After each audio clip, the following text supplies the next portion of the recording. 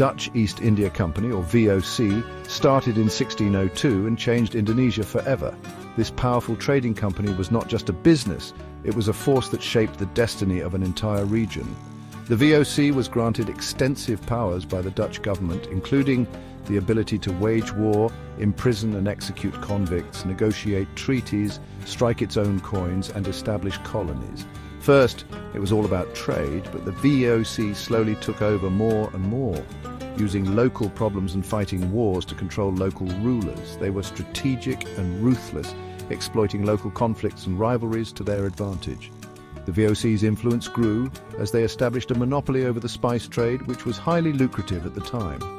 By the 1700s, the VOC controlled most of the islands, creating a huge colony called the Dutch East Indies.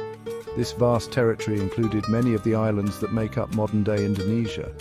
The VOC's control was not just economic but also political and social, as they imposed their own systems of governance and law. The VOC was very harsh. They ruled with an iron fist, often resorting to brutal methods to maintain control and suppress any resistance. The local population was subjected to severe punishments for any form of dissent or rebellion. They forced people to work and grow crops like coffee, sugar, and other valuable commodities. The local population was coerced into labor, often under inhumane conditions. The VOC's primary goal was to maximize profits, and they did so at the expense of the local people and indigo to send to Europe. These crops were highly sought after in European markets, and the VOC capitalized on this demand.